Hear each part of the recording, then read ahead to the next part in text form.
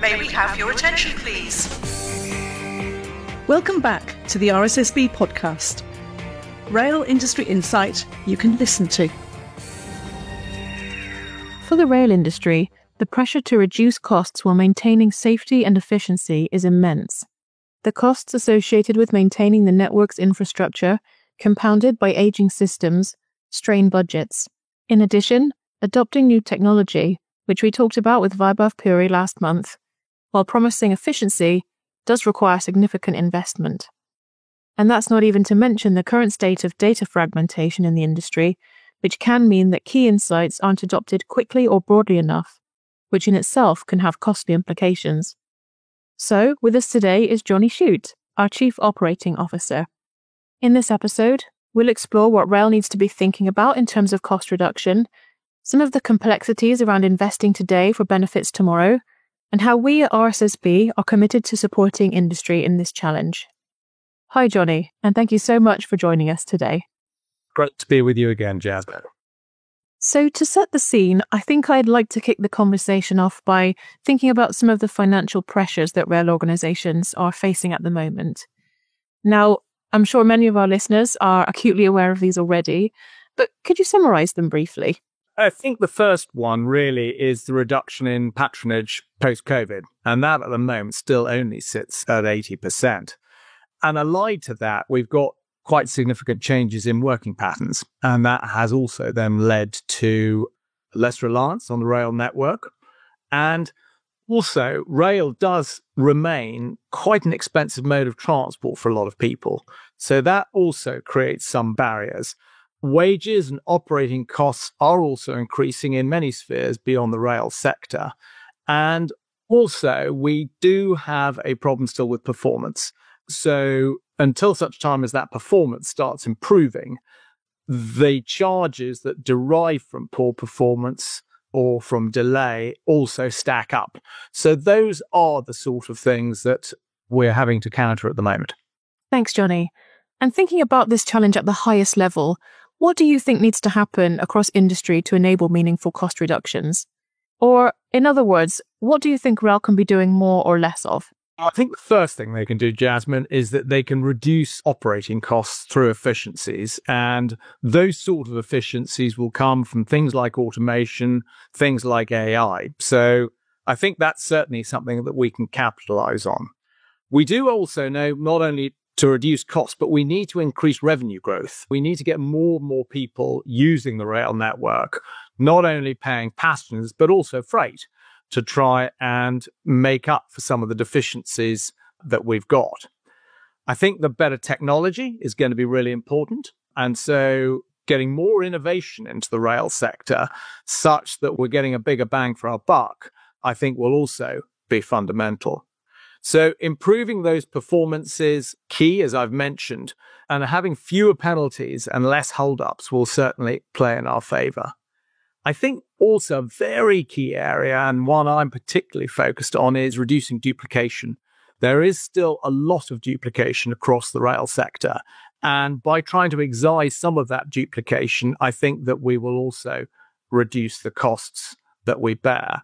And then finally, I think one key area is also developing our staff capability. Because if people are developed and their competencies are increased and are really worked on, I think that in itself will also bring some quite significant cost reductions over time. Some really great insights there, so thank you, Johnny. And of course, there are some complexities when it comes to investing in something now in order to reduce costs in the longer term. So I'm wondering if you could explain some of these complexities for us. What might they look like? One of the endemic problems that we run into is short-termism in the rail sector, is that people are always asking the question, yes, but when is this actually going to pay back? And a lot of people, I think, have got slightly befixed by the control periods. It does create, if you like, a sort of period, a fixed period in people's minds. And is it going to be done in the control period? Are we going to make the savings in the control period? And I think that is an area that people are going to need to get over, because quite often you have to spend now in order to be able to realize some of the benefits further down the track. I think the next area is being able to access the capital in order to be able to make these investments. Now, as we move to a rail sector that is much less dependent on the private sector and is now going into the nationalized arena, trying to get hold of that capital is going to be tricky because there are, of course, many other parts of the UK economy that are looking for investment. So we will have to take our place in the queue with many other of the utilities out there, whether it's water, whether it's electricity, gas, and so on and so forth. So that, I think, will also bring in some complexity. We also need to make sure that all parts of the system are investing. It cannot just be that there is investment in infrastructure or there is investment just in rolling stock. There is a lot more. All parts of the rail sector will require proper investment if we're going to be able to go forward as a system, because we are in the rail sector a system. And on the flip side then, what would you say about the long-term benefits of investing in efficiencies now? I think the key thing is if you're investing now, you're fixing the roof for later, to use an old cliche. And so therefore getting that money in now means that we are going to be in a much more resilient condition as a rail sector later on. And that particularly around things like climate change and climate resilience and adaptation to climate change. So we do need to actually start putting the money in now in order to be able to actually make sure that we can function as efficiently as we should do in coming years. And of course, investing now is cheaper than investing later, because one thing you can be sure of is that the cost of money or the cost of investment will be cheaper now than further down the track. And that's just part and parcel of the inflationary process that exists in any economic model. And of course, having the right infrastructure now, paying for it now, means that the revenue that we are looking for, that revenue growth that we're looking for, will be available to us now rather than later. So the sooner we can get things fixed and get in the right configuration, the sooner we can start realizing some of that revenue growth that is the other side of the coin of cost reduction. Yeah, and I think it's absolutely vital for our listeners to be aware of that, so thank you. And to follow on from that then, what do you think are some areas that rail companies can look into now to ensure a positive outcome down the line? The first area is really those efficiencies around maintenance. I think we have to recognize certainly in the infrastructure arena, particularly, that the enhancements that people were looking for will not be available because, as I said earlier on in this conversation, we are in competition with other utilities. We also have to recognize that renewals will not necessarily be the go-to. So therefore, it's maintenance that really is going to be important, is making sure that delivering maintenance in the most efficient way. I think the next area is having the right rolling stock. I think that a lot of people, and I include myself amongst them, are crying out for a comprehensive rolling stock strategy, because obviously as you buy rolling stock, we're going to have these assets for 30, 40 years. So we do need to make sure that we've actually got the right rolling stock for the rail sector over that period.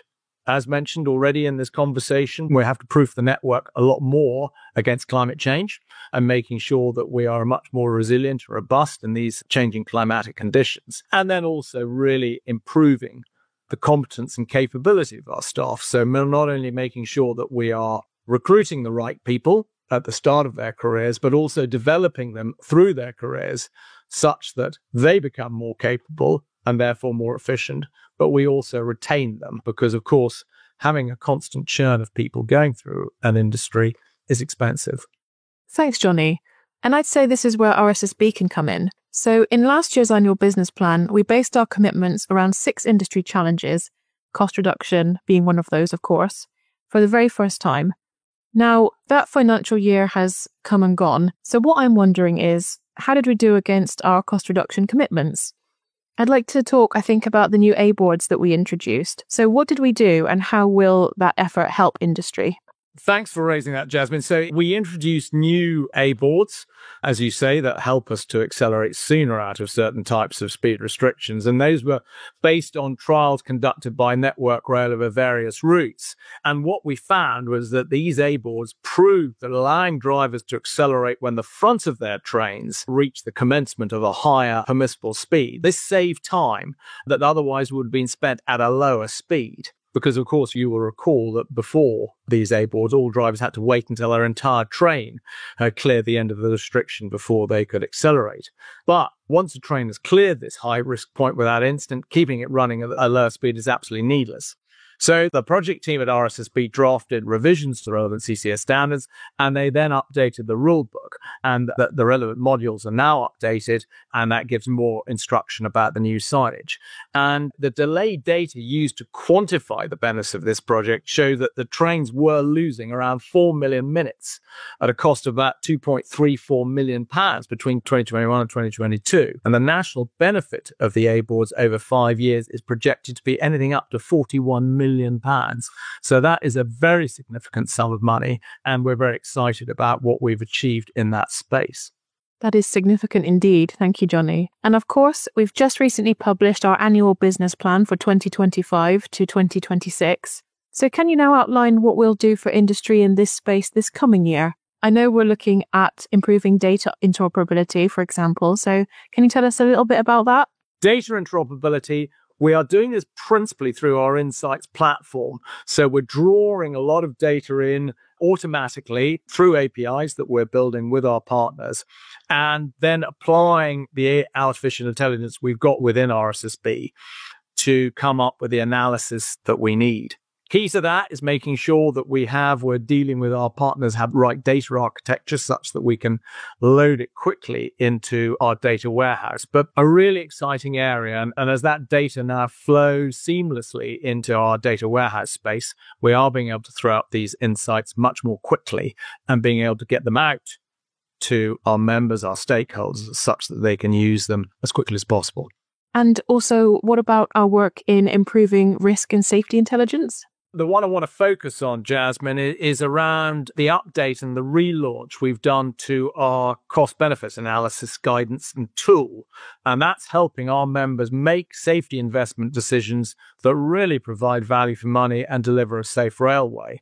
Now, what we're doing is we're replacing our existing guidance and tool, which is about a decade old. And although it's technically sound, they are showing their age. And that, of course, limits their use. So anyway, the new guidance we're putting out, it's being updated. It's reflecting current good practice and includes a lot more information on things like when to undertake quantified cost-benefit analysis, when not to, information that you would need to include within a safety-related cost-benefit analysis, and also then finally how to interpret the results of cost-benefit analysis, including what it means to ensure that safety is being delivered so far as is reasonably practical, which of course is the central tenet of any safety judgment. Tool itself, it's going to be a lot more accessible. It's going to be a lot more user-friendly. We're developing a new web-based application to replace the current Excel tool. All of this will be updated to make sure it's fully aligned with the guidance that I've spoken about. Thank you. That's all really promising. And now let's look at rail as a whole over the past couple of years. Do you think there have been any highlights in industry's cost reduction efforts that we should be particularly proud of?